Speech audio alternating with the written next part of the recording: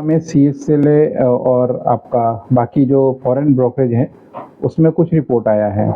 अब ये रिपोर्ट क्या है, उनका मानना है कि ओला का जो प्राइस है वो 160-165 तक जा सकता है। ये ब्रोकरेज का रिपोर्ट है।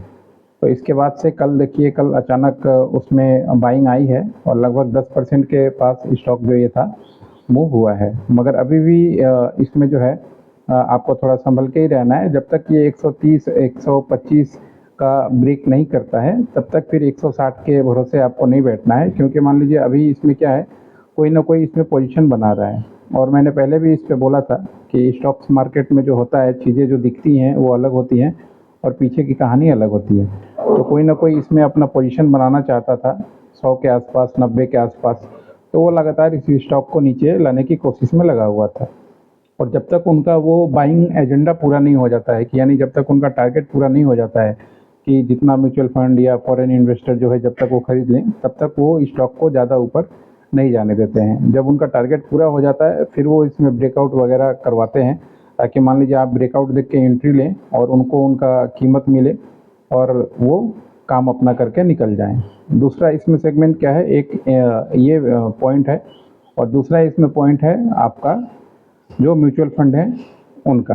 म्यूचुअल फंड के साथ क्या होता है कि देखिए, ये एक इंडस्ट्री है और इसमें गवर्नमेंट देखिए लगातार कुछ ना कुछ चीज़ें दे रही है आपको। जैसे पीएलआई स्कीम घोषणा की, फिर उस दिन जो पीएम ई ड्राइव जो योजना था उसका घोषणा हुआ, उसमें गवर्नमेंट लगातार पैसे जो है इस इंडस्ट्रीज़ को दे रही है और कोशिश कर रही है कि इस इंडस्ट्री को बूस्टअप किया जाए, यानी फ्यूचर में ईवी से रिलेटेड और भी हो सके घोषणाएं हों। तो कोई भी म्यूचुअल फंड या बड़ा इन्वेस्टर है वो नहीं चाहता कि ऐसा कोई सेगमेंट वो मूव कर दे या उससे छूट जाए। तो ये सेगमेंट पकड़ने के लिए भी हमेशा इस तरीके के जो ट्रेंड होते हैं वो किए जाते हैं, यानी छोटे छोटे तरीके से धीरे धीरे करके पोजीशन बनाया जाता है स्टॉक में। भले ही बड़ी कंपनियों को थोड़ा नुकसान हो, मगर कोई भी वो मौका नहीं चूकना चाहते। अभी प्रेजेंट में इंडियन कंपनीज के पास जो खासकर म्यूचुअल फंड है, एलआईसी हो गया, एसबीआई हो गया, एचडीएफसी हो गया, पारिक विमल पारिक हो गया, ऐसे बहुत सारे म्यूचुअल फंड है जिनके पास कैश की कोई कमी नहीं है। बहुत ज़्यादा पैसा इन लोग के पास है। तो ये लोग क्या करेंगे, पैसा रख के मान लीजिए आपसे एसआईपी ले रहे हैं, पैसा ले रहे हैं, तो कहीं ना कहीं तो इनको लगाना पड़ेगा। बिना लगाए जब मान लीजिए आपका रिटर्न डेट होगा तो ये कहाँ से देंगे। तो इसलिए हर एक स्टॉक में और या हर एक इंडस्ट्री में इस तरीके से ये लोग अपना पोजीशन बना के रखते हैं। चाहे दवा का स्टॉक हो, चाहे मान लीजिए आपका गोल्ड ज्वेलरी का स्टॉक हो, एनर्जी का स्टॉक हो, हर एक में इनका अपना जो है बेस्ट स्टॉक में कुछ ना कुछ जगह होता है, ताकि मान लीजिए उस सेगमेंट का जब दिन आए तो उनको वो मौका मिले। तो अभी इलेक्ट्रॉनिक्स में मान लीजिए जो ई रिलेटेड मैटर है, खासकर स्कूटी वगैरह का, तो अभी देखिए इसमें और भी प्लेयर आ रहे हैं। एथर आ रहा है, या आपने देखा और भी लोगों का आईपीओ स्टॉक होगा, फ्यूचर में हो सके और भी कंपनियों का स्टॉक होगा, लिस्टेड होगा इसमें, मगर अभी ओला इसमें टॉप में जा रहा है।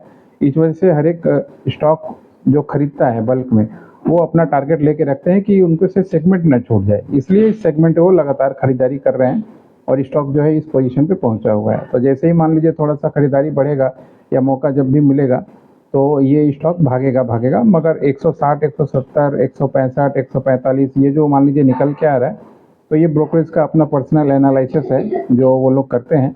और ये एनालिसिस देख के भी बहुत सारे रिटेलर लोग मान लीजिए अपनी चीज़ों को डिसीजन लेते हैं, खरीदते हैं, बेचते हैं।